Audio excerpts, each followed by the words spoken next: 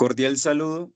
El día de hoy, en la tarea número 4 de modelos en el campo de la psicología con ética profesional, en el curso de modelos de intervención en el programa de psicología, estaremos mi persona, Orlando Gamboa, la compañera Lisette Verónica Nache y la compañera Lisette León Sandoval, en el cual realizaremos la entrevista en el campo de la psicología social y comunitaria. Nosotros somos estudiantes del programa de psicología y estamos desarrollando un trabajo académico orientado a comprender el ejercicio profesional dentro del campo de la psicología social y comunitaria. Agradecemos al psicólogo que nos acompaña el día de hoy, su interés y su disposición para concedernos ese espacio de diálogo. El propósito de la presente entrevista es profundizar en su experiencia profesional, los enfoques teóricos que orientan su práctica, las estrategias de intervención que implementa, los retos de trabajo territorial y los principios éticos que guían su labor. Sus aportes serán fundamentales para fortalecer nuestra comprensión del campo y los procesos comunitarios. Recalco que anteriormente fue firmada el consentimiento informado, pero le quiero preguntar y le quiero recalcar que la información que nos comparta será utilizada únicamente con fines académicos. Garantizamos la confidencialidad y el adecuado manejo de los datos. Con esto, ¿usted nos autoriza la realización de la grabación? ¿Cómo están? Muy buenas noches. Me presento, soy Marcial Benavides, psicólogo de trayectoria básicamente 5 años. Me gradué en la Universidad Central del Ecuador. Soy especialista en la psicología social y comunitaria. Para mí es un agrado tener esta formación o esta entrevista con estudiantes que deciden emprender esta carrera. Muchísimo gusto. Muchísimas gracias. Le doy paso a la compañera para que comencemos con la entrevista. Ok, buenas noches, doctor. Inicio con la primera pregunta. ¿Qué experiencias, motivaciones o intereses lo llevaron a especializarse en este ámbito? Sí, perfecto. Mi trayectoria inicia durante la práctica formativa, cuando tuve contacto directo con procesos comunitarios en territorios rurales y organizaciones sociales. Allí comprendí que la psicología no solo se ocupa de procesos individuales, sino que también pueden aportar a la transformación social y el fortalecimiento de tejidos comunitarios. Ese acercamiento me llevó a profundizar la psicología social y comunitaria como un campo crítico situado. Ok. Vamos con la siguiente pregunta. Dice, desde su experiencia, ¿cuáles son las principales problemáticas sociales o comunitarias que ha acompañado? Bueno, básicamente en esto de la psicología social y comunitaria han habido muchas experiencias dentro del territorio rural, más que todo. Nos hemos desenvuelto por personas al margen de la ley, por personas que residen en conflicto, por personas que están en completo abandono, como es el adulto mayor, la infancia y la adolescencia, el maltrato físico y otras experiencias que pues básicamente lo llevan a profundizar uno y saber en sí cuál es la afectación que acobija todas estas problemáticas. Correcto. ¿Cómo ha evolucionado su rol profesional dentro de los territorios? Disculpa, no, ya la hice. La siguiente. ¿Qué aprendizajes significativos le han dejado los procesos desarrollados con comunidades diversas, rurales, urbanas, víctimas del conflicto armado, organizaciones sociales, etcétera? Bueno, me motivó prácticamente a veces el interés de comprender cómo las condiciones sociales, políticas y culturales influyen en el bienestar colectivo. También la sensibilidad que uno le pone frente a la empatía de ciertas personas. A veces decimos que nosotros somos individuales, pero en realidad somos unas personas que estamos envueltas en el diálogo con personas que nos hacen mirar a veces la problemática que afecta a todos los ámbitos sociales dentro de los territorios. Y no solamente es en territorios urbanos, sino la problemática a veces nos lleva a profundizar en las zonas rurales. Las zonas rurales están envueltas en problemas y a veces las leyes gubernamentales hacen de lado esta problemática.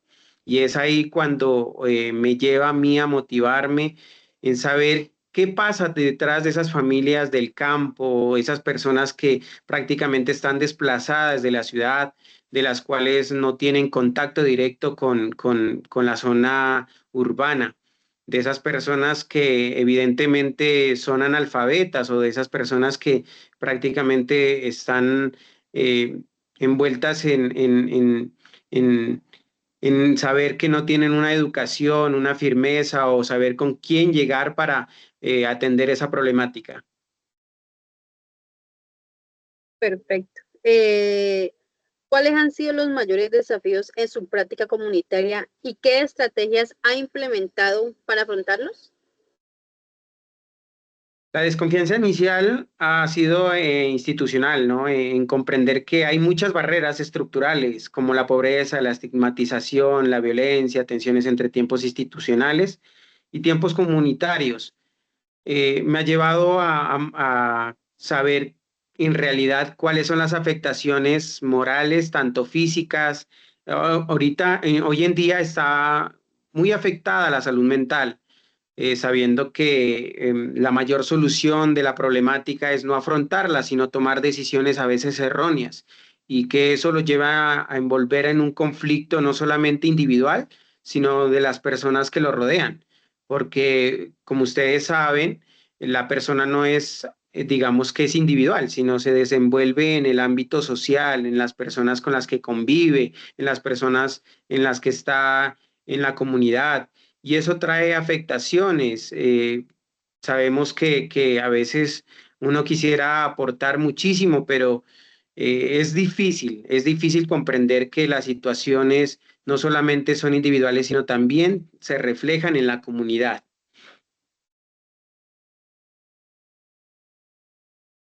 Ok, muchas gracias. Le doy paso a la siguiente compañera. Gracias, compañera. Doctor Marcial, cordial saludo. Reiterarle nuestro agradecimiento por permitirnos este valioso espacio. Y pues respecto a los fundamentos teóricos y modelos que orientan su práctica, nosotros nos gustaría saber cuáles son los modelos o enfoques teóricos de la psicología social y comunitaria que fundamentan su quehacer profesional. Bueno, sabemos que dentro de estos modelos hay paradigmas, ¿no? Y dentro de la psicología comunitaria, basémonos en la psicología comunitaria latinoamericana, que es la participación, la identidad colectiva y la emancipación. Uno de los paradigmas críticos es el análisis estructural, la conciencia crítica, la transformación social y el enfoque de derechos humanos. Este enfoque también es el enfoque ecológico, lo que nos dice Bronfer-Brenner, ¿no? Y la educación popular de Paulo Freire. Este bienestar comunitario es lo que acecha el fortalecimiento de los tejidos sociales.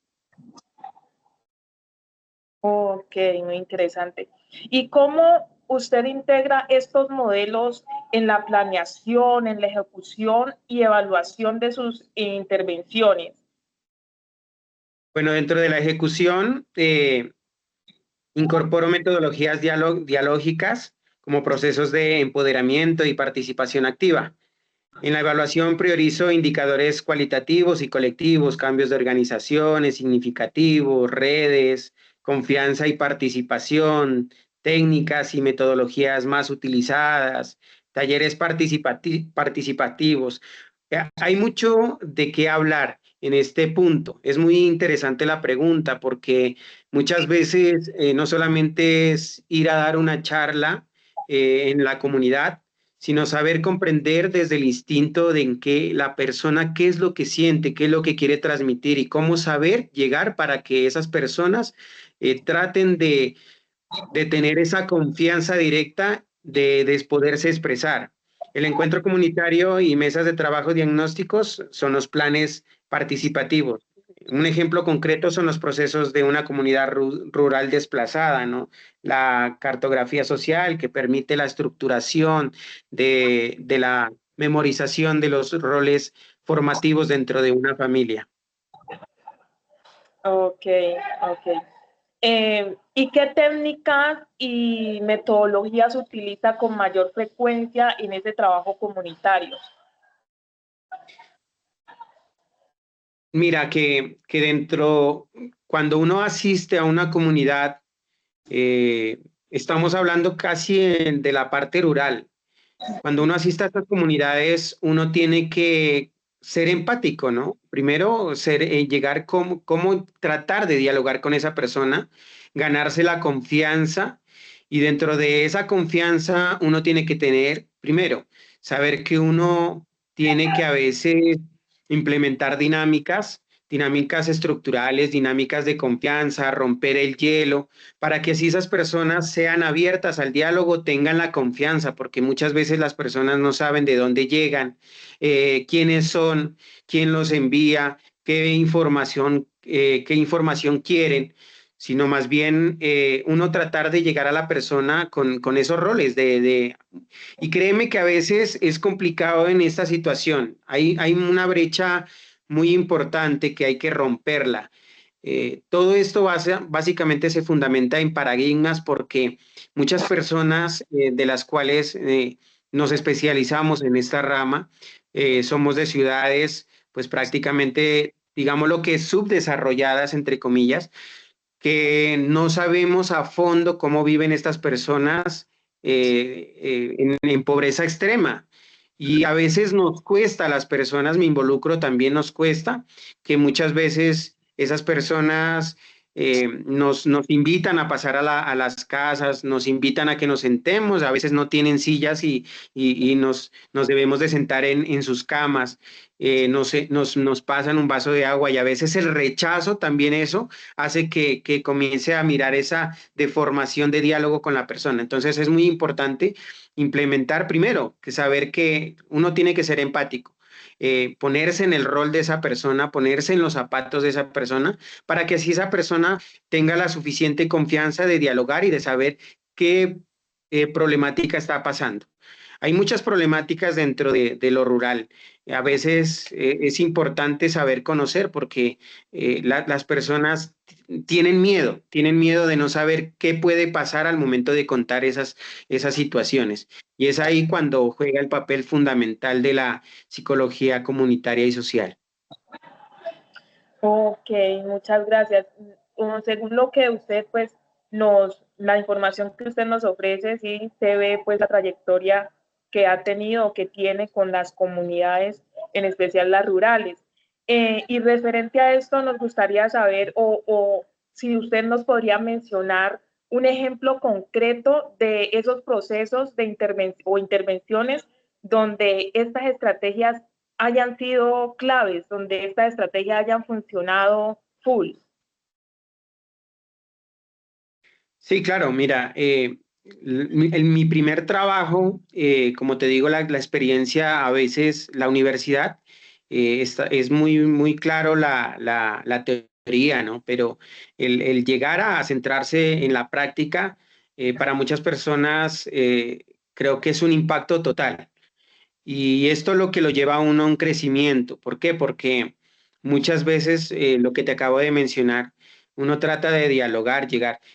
Mi mayor trayectoria ha sido trabajar con adultos mayores que han estado sumergidos en la pobreza extrema, en el abandono de sus hijos, que prácticamente personas mayores que ya están en dificultades de movilidad y que ellos tienen que tratar de cocer sus alimentos, de cómo saber alimentar. Y muchas de las personas no tienen, digamos, los recursos necesarios como para llevar ese bocadito a la casa, independientemente de que vivan en el campo, ¿no? Pues en el campo hay muchas cosas que gracias a Dios no les falta, pero que hay también riesgos de quemaduras, hay riesgos de colapsos de tierra, hay riesgos que prácticamente uno dice no, pero también sumergidos en la insalubridad de adquirir varias enfermedades. Entonces, es muy importante reconocer que dentro de esa práctica, dentro de ese trabajo, hay mucha tela por cortar y creo que es fundamental, como te digo, saber qué es lo que uno verdaderamente quiere. Ok. Muchas gracias, doctor. Le doy paso a mi compañero Orlando.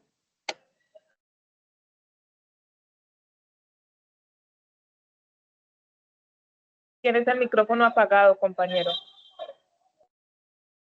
Doctor, le recalco pues el Mira, agradecimiento. qué pena cortarte la pregunta. Si les parece, me dan un segundito, conecto el cargador a mi teléfono que se me apaga. Entonces no quiero interferir como tal esta charla que está muy buena. Deme un segundito, ¿les parece? No me demoro. Voy a conectar el cargador a mi teléfono para asimismo seguir con las preguntas. Sí, señor, está bien. Voy a apagar un momentico la cámara, por favor.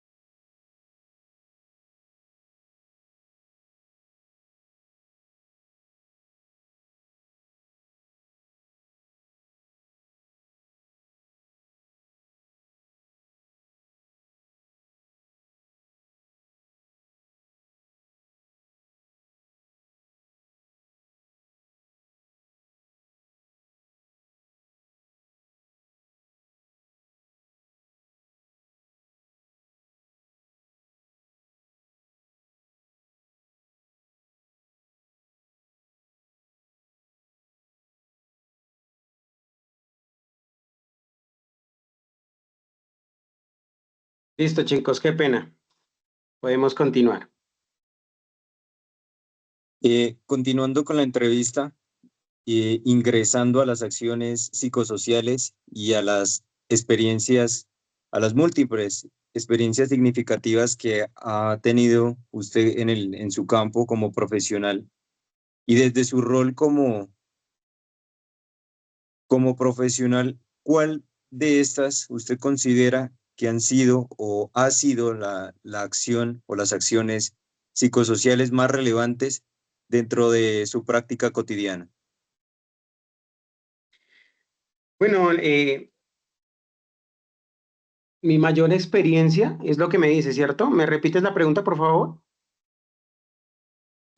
¿Cuál considera,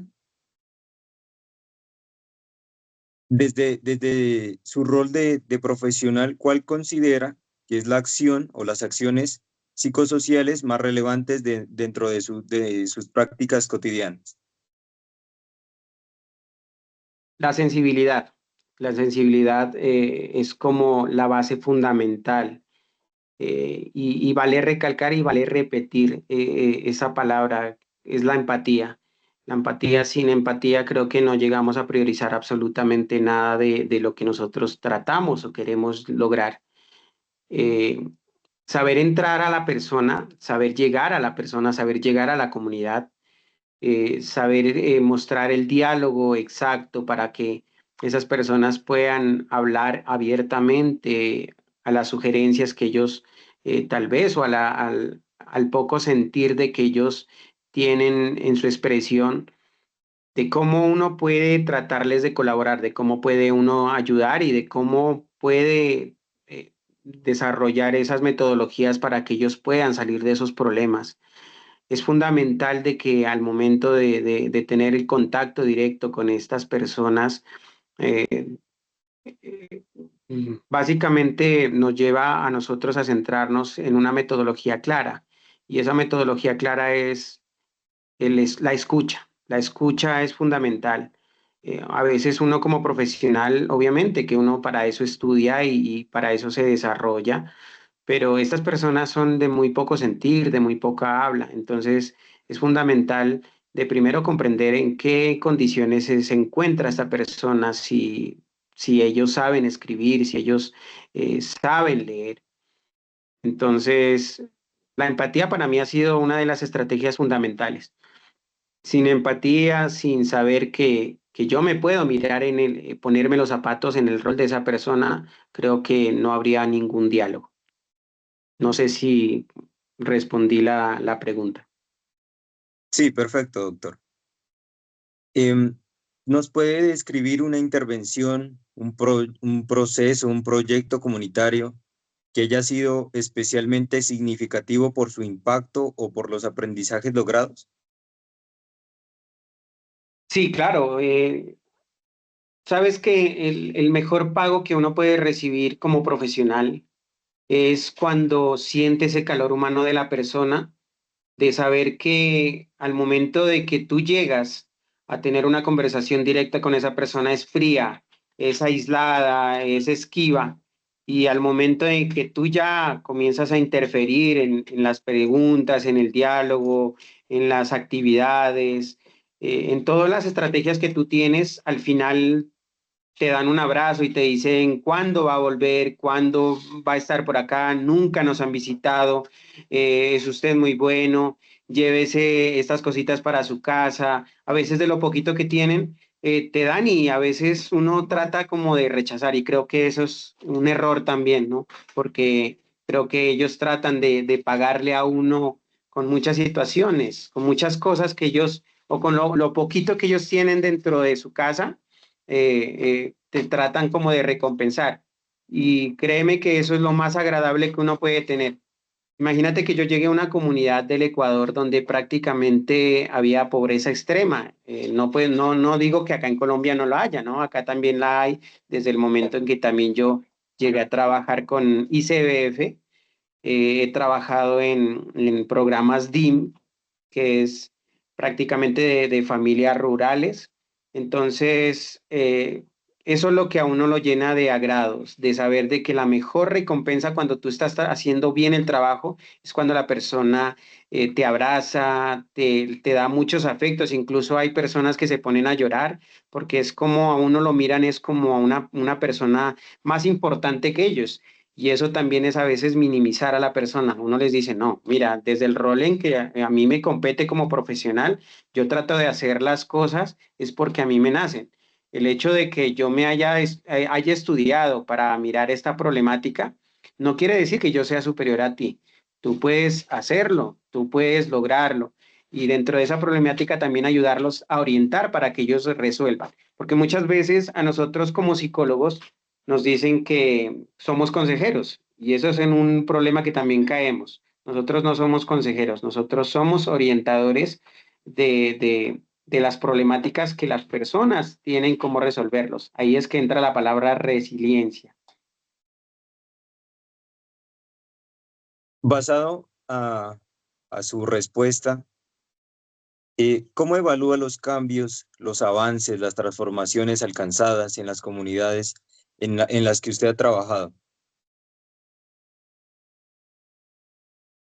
A ver, si hablamos desde la parte tecnológica, creo que está avanzando, ¿por qué? Porque las zonas rurales donde se miraba muy poco el internet, muy poca comunicación, no estaban pendientes de las noticias, no sabían qué pasaba con el medio de afuera, digámoslo de esa manera. eh, Ahora ya tienen comunicación. A veces en ciertos lugares, créeme que hasta la señal de los radios es muy mínima, pero básicamente con estos avances ha dado que las escuelas rurales implementen también estrategias de psicología, ¿no? En las escuelitas ya se está manejando también esos direccionamientos, esas activaciones de rutas, donde prácticamente las personas ya no se sienten solas, ya saben dónde acudir. Básicamente en las afectaciones de los jóvenes que hay en esas comunidades es devastador. ¿Por qué? Porque la mejor decisión, digámoslo, ¿no? Entre comillas, la mejor decisión que ellos optan es por cometer muchos errores que los llevan a esas situaciones de riesgo. Entonces, es importante que dentro de los avances tecnológicos hay que saberle dar un buen manejo, hay que saberle dar un buen manejo para que ellos también busquen las estrategias de información y no desinformación del medio. Muchas gracias, doctor. Le doy paso a la compañera para que por favor continúe. De nuevo, pregunta, ¿cómo se desarrolla el trabajo interdisciplinar con otros profesionales, como el del de trabajo social, la antropología, la enfermería, en educación, el derecho, entre otros rangos profesionales? Mira que estamos envueltos en un rol fundamental. Creo que esta es una cadena, no la digamos alimenticia, sino básicamente que tienen que comprender que cada profesional tiene sus roles fundamentales. Y si vamos dentro de la psicología social y comunitaria, también dependemos de otros profesionales. Como te decía anteriormente, en este ámbito psicosocial, comunitario, pues miramos mucha eh, personas que no han tenido, ni siquiera han podido cruzar el primer grado de escuela y hay personas muy, digámoslo que analfabetas, entonces que ellos no saben leer, no saben escribir. Entonces ahí es cuando entran a formar parte otros profesionales, como están dentro de la educación, profesores.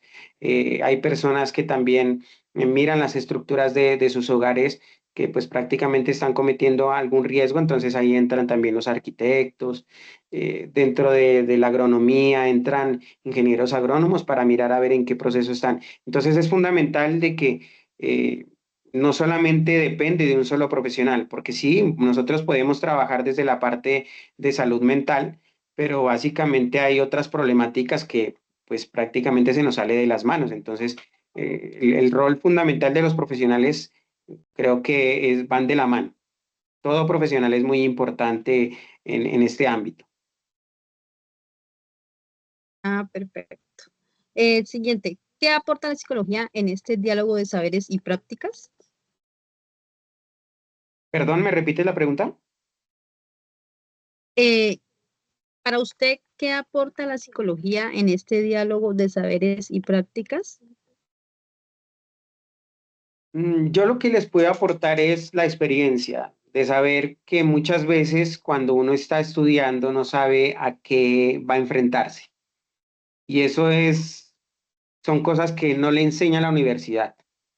Como les decía anteriormente, básicamente la universidad es teoría, pero lo que sí nos falta es práctica. Y muchas veces nos graduamos pensando que a la puerta de la universidad vamos a encontrar el trabajo y no es así. Nosotros bregamos para saber que nos den la oportunidad y la oportunidad pues nosotros la adquirimos dentro de la práctica, ¿no? Que muchas universidades la implementan en su formación, pero que son muy mínimas. Cuando ya uno termina la carrera universitaria, eh, nos piden a veces experiencia de 2, 3 años y nosotros las vamos a tener experiencia si recién nos graduamos.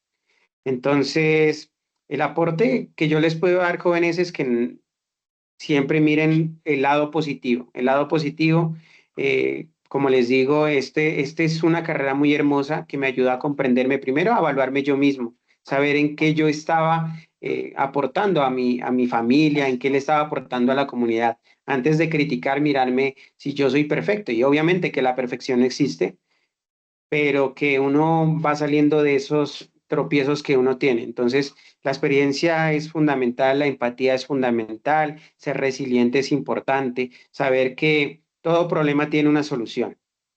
Entonces, eso es lo que les podría decir. Ok, totalmente de acuerdo. Última, dice, ¿ha participado en experiencias transdisciplinares donde la comunidad sea sujeto activo del conocimiento?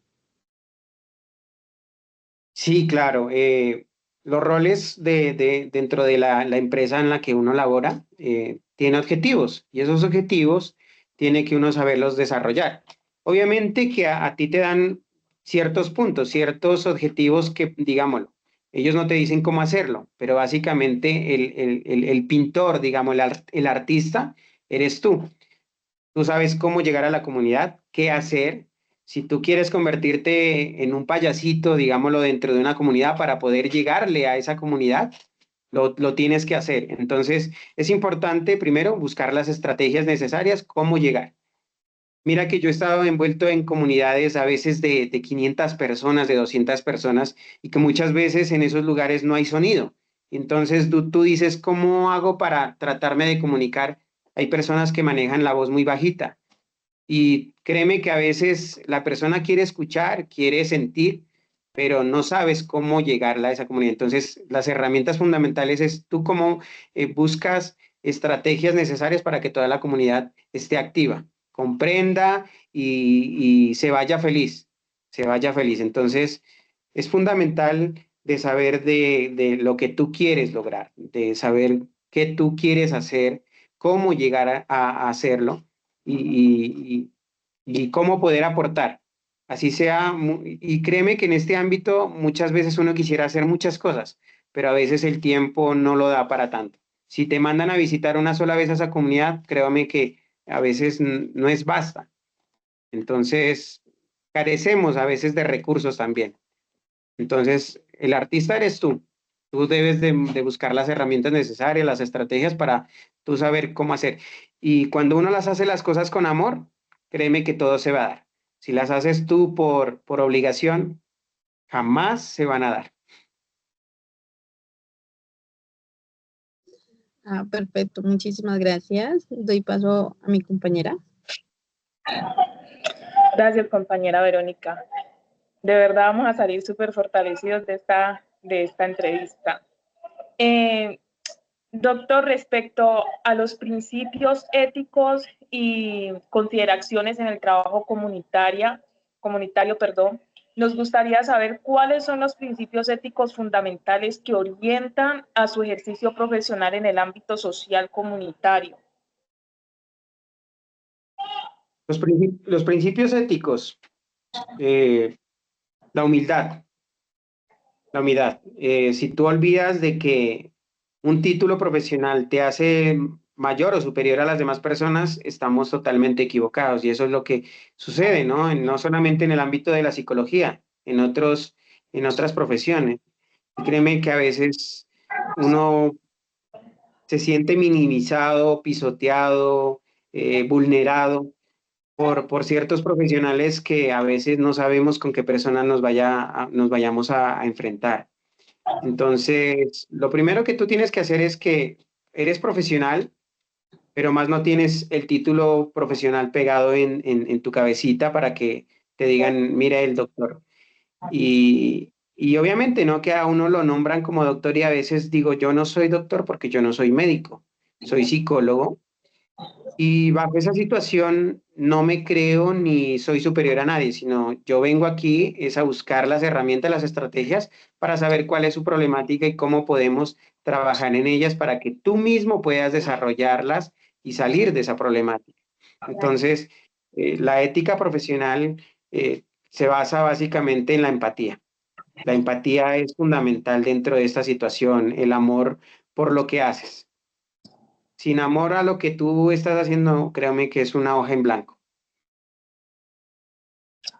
Interesante, gracias. ¿Qué retos éticos se enfrentan los psicólogos cuando trabajan en una población así como vulnerable o afectada por la violencia, violencias estructurales?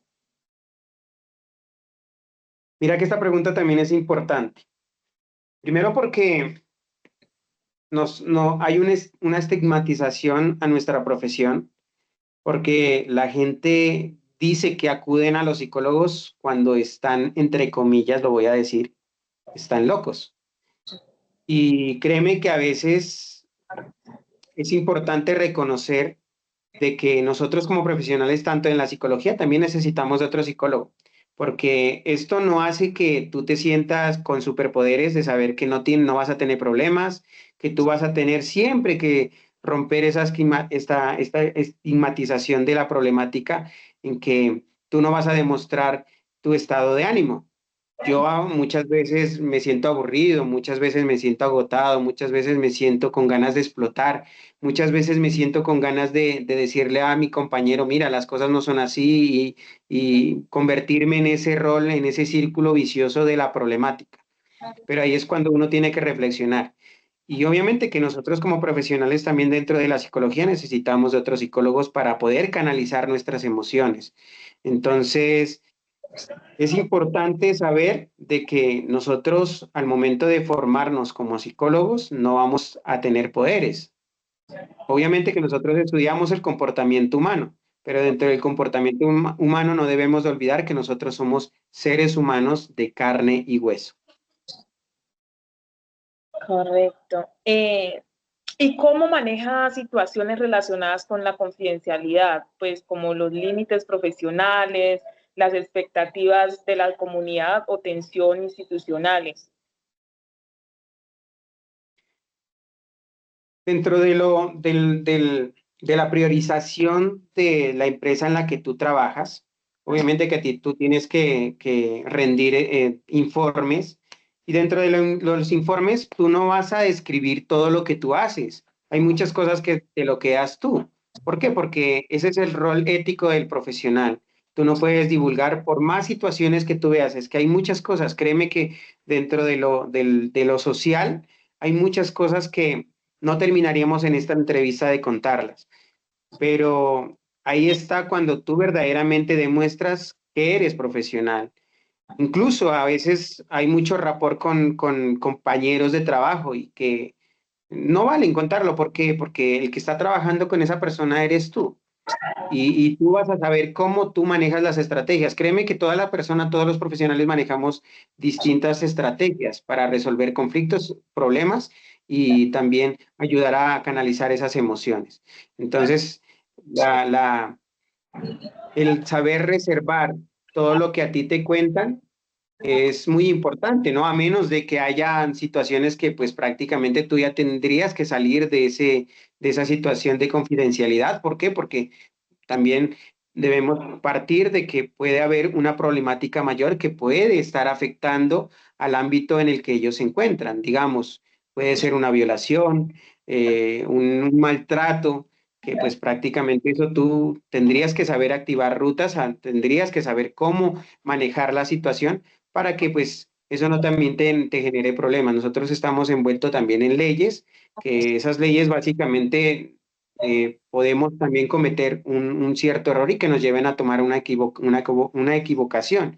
Entonces, lo fundamental es mirar cuáles son las herramientas fundamentales dentro de la confidencialidad para que así también no vulnerar los derechos de la persona ni tampoco verse afectado o sentirse en ese ámbito de desacato. Entonces, la confidencialidad hay que saberla manejar, hay que saber cómo tú la manejas dentro del rol en el que tú te estás desenvolviendo.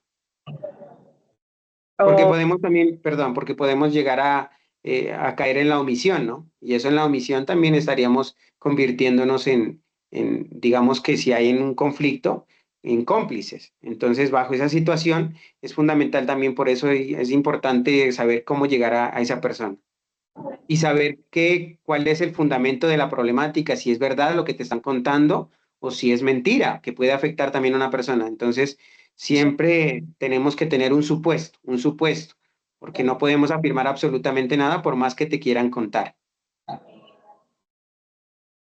Ok. Bueno, a continuación pues le doy la palabra a mi compañero Orlando, quien continuará con la otra parte del tema. Doctor Marcial, ya entrando a las últimas preguntas de esta maravillosa entrevista que nos ha regalado, y nosotros como futuros psicólogos, nos gustaría que nos regalara algunas recomendaciones, especialmente en qué competencias considera esenciales para los estudiantes y nosotros, pues como futuros psicólogos interesados en este campo de la psicología. Sí, mira que primero está la sensibilidad territorial, lo que les acababa de mencionar. Saber que la sensibilidad territorial nos lleva a involucrarnos en la cultura, ¿no? En territorios, digamos, que nosotros estemos manejando, siempre va a priorizar la cultura. Entonces, primero lo que les daría la recomendación es la escucha activa, la empatía.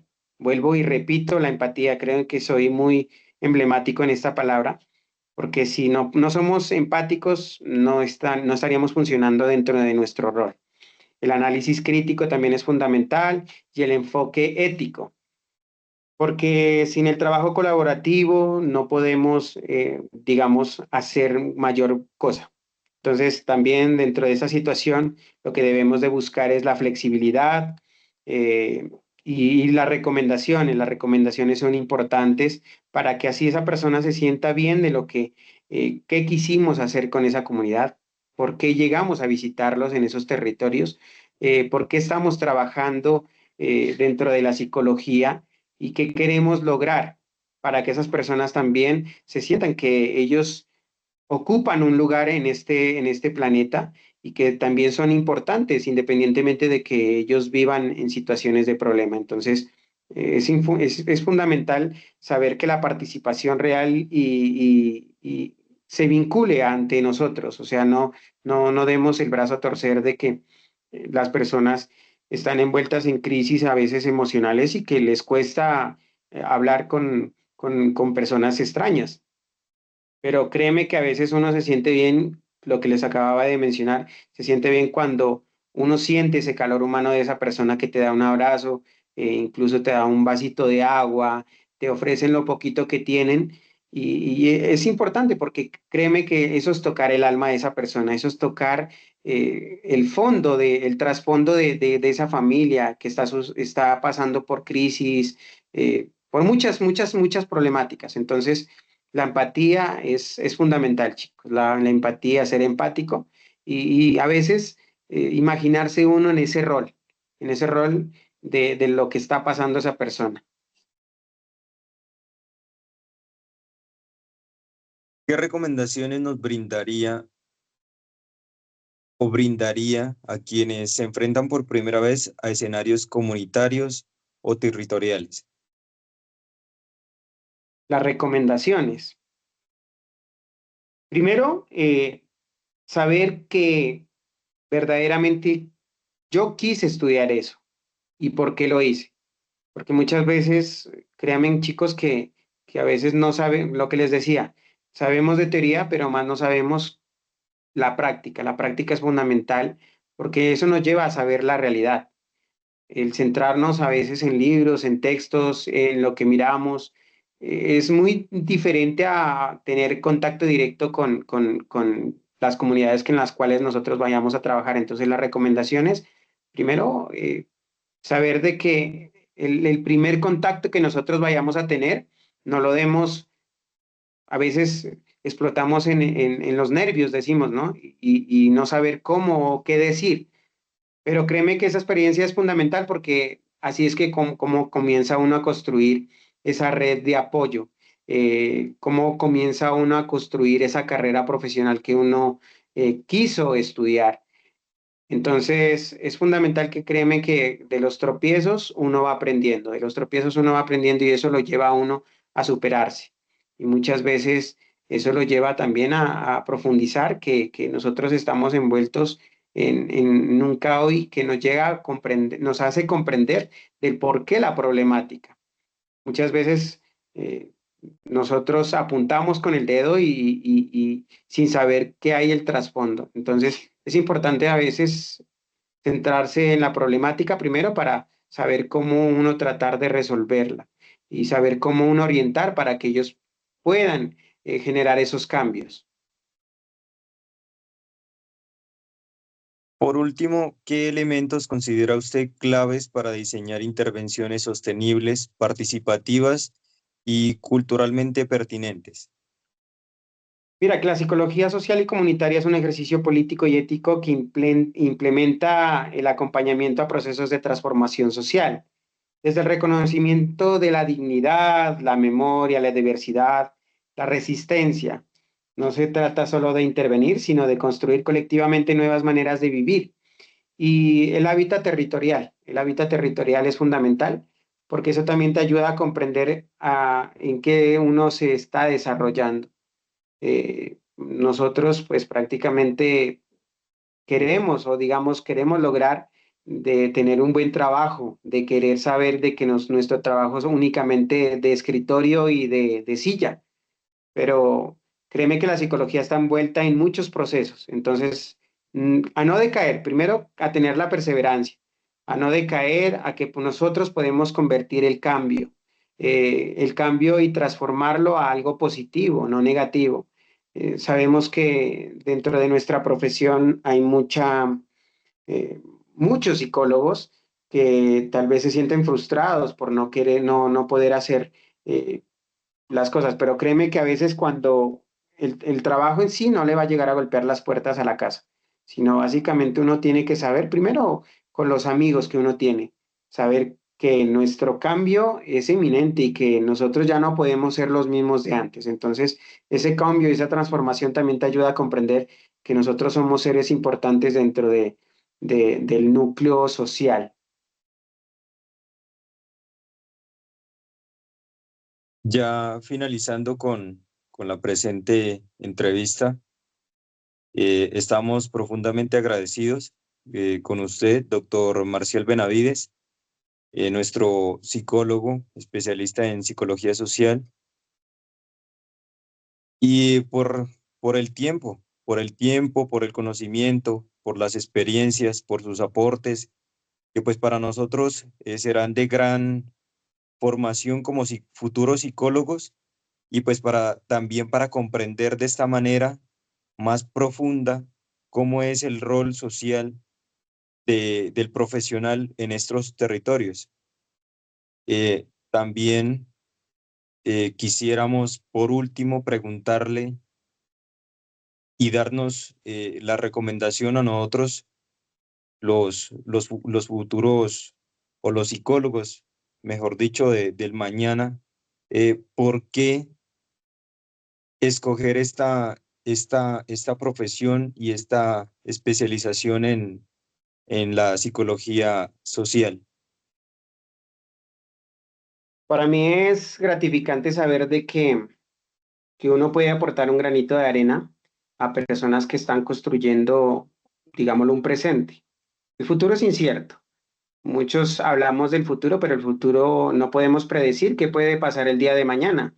Si yo el día de hoy me pongo una camiseta pensando que el día alisto una camiseta pensando que el día de mañana va a ser sol y que quiero lucirla esa camiseta, pues puede amanecer lloviendo y tengo que obligatoriamente cubrirme y ponerme una bufanda, ponerme un gorro, ponerme una chaqueta. Entonces, básicamente es saber comprender cuál es el comportamiento humano que nos lleva a tener ahora que estamos, digamos, en una era de cristal, porque los jóvenes están acechados por muchas situaciones de vulnerabilidad. Lo digo ¿por qué? Porque dentro de los hogares, los padres de familia se han preocupado por llevar el sustento a las casas, pero que hay eh, difícil acompañamiento. Los hijos han quedado a la deriva de ellos, convirtiéndose en un núcleo familiar disperso. Entonces, es fundamental de que dentro de la psicología, yo les voy a contar algo así, rapidito, de mi historia. Créanme que cuando yo decidí irme para Ecuador, jamás tenía pensado estudiar psicología. ¿Por qué? Porque la psicología jamás en todos mis puntos de vista de querer tener una carrera profesional estaba, ¿no? Pero fue de casualidad, por cosas de la vida me llevaron a estudiar la psicología y cuando yo empecé a leer libros, a mirar docentes que prácticamente lo llevan a comprender a uno muchas cosas y de que le hacen coger gusto, porque créanme que hay docentes pues que uno aburre, ¿cierto? Lo aburren a uno, ¿no? Y entonces ahí es cuando dice, ¿será que estoy en el lugar exacto o estoy equivocando? ¿O tengo que tomar decisiones? Cuando uno ya comienza a tener el propio criterio de saber de qué se trata la psicología o de qué quiere tratar la psicología, es cuando uno comienza a tener ese amor y la pasión. Y créeme que nosotros sin pasión no somos absolutamente nadie. Uno hay que querer adquirir primero la pasión de saber que si verdaderamente yo quiero esa profesión para mi vida, porque nos acechamos en querer tener una profesión pero no la podemos desarrollar o no la podemos desenvolver. Entonces, créanme que no termina al momento de decir, ya me pude terminar, ya ahora soy profesional, tengo mi título, pero si no la vamos a ejercer, entonces, ¿cómo vamos a saber de que verdaderamente eso nos llenó? Una de las recomendaciones corticas es de que sigan perseverantes. Esta es una carrera muy hermosa que no solamente te lleva a comprender del ámbito profesional, sino el ámbito personal. El ámbito personal te lleva a que dentro del núcleo familiar se expanda la información y esa información es fundamental porque así como tú puedes dar un mensaje claro que a esa persona le agrada en momentos difíciles, puede ser también devastador. Entonces, hay que saber cómo llevarla, cómo manejarla, cómo actuar. Y como les digo, nosotros somos personas, seres humanos, que no nos hace, nos hace vulnerables ante cualquier situación, ¿no? Entonces, primero es saber que dentro de los problemas que tengamos personales, también tenemos que ser resilientes y saber cómo corregir esos problemas que estamos cometiendo. Yo he tenido muchos problemas, he tenido conflictos, no digo que dentro del ámbito del psicólogo, pues no tengo una familia, no tengo hijos, pero yo tengo digamos, una familia central, que es la mamá, el papá, los hermanos, sobrinos, y que dentro de eso uno también trata de mediar conflictos. Entonces, es importante de que esta carrera ahorita en la actualidad es fundamental. ¿Por qué? Porque hay mucha crisis emocional, mucha crisis emocional. Y la salud mental, aunque aún todavía no la prioricen, la hagan ver de otra manera, es fundamental. Así como un médico que se encuentra en un hospital que te ayuda a salir de las dolencias, de los problemas, o te trata de ayudar a que controles esas dificultades que tú tienes, pues sabemos que dentro de la psicología tan solo un estado de ánimo también te puede vulnerar a nivel físico, te puede doler la cabeza, te puede doler el estómago y no es necesaria una pastilla, sino básicamente saber comprender cuál es el problema que tú tienes y saber cómo puedes canalizar esas emociones. Le reintegro pues nuestro agradecimiento de parte mía y de parte de mis compañeras por este espacio, por sus conocimientos, que de verdad ha sido de gran importancia y de trascendencia para nuestra futura profesión. No es más sino ya para darles el paso a las compañeras y despedir ya la entrevista. Con muchísimo gusto. Doctor, pues muchas gracias por permitirnos esta entrevista con usted. Pues le agradecemos sinceramente por su tiempo, por la información que nos brindó y su participación es muy valiosa para nuestro proceso en formación como los futuros psicólogos. De antemano, muchas, pero muchas gracias. Con muchísimo gusto. El gusto es mío, prácticamente por quererles aportar en sus ideas, en sus conocimientos. Y no olviden que uno hay que ser perseverante y no olvidemos la empatía. La empatía es fundamental dentro de las situaciones. en algún tiempo ya serán colegas míos y podemos en algún momento trabajar en el mismo ámbito. Entonces, ánimo, les inauguro muchos éxitos, que les vaya muy bien. Para mí ha sido un gusto. No olviden, pues a veces le cuesta a uno decir yo soy doctor o soy psicólogo, simplemente Marcial Benavides, y dentro de mi profesión pues habría que necesariamente tocarlo, el tema de la psicología.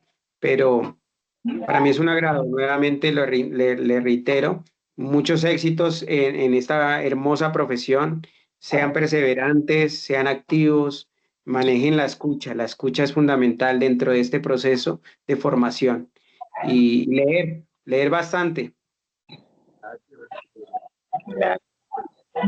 Muchas gracias. Al igual que mis compañeros, es muy importante la información, sus conocimientos, su experiencia en todo este trayecto de esta entrevista, que sé y espero que sea de grandes arrabios para nosotros como futuros profesionales.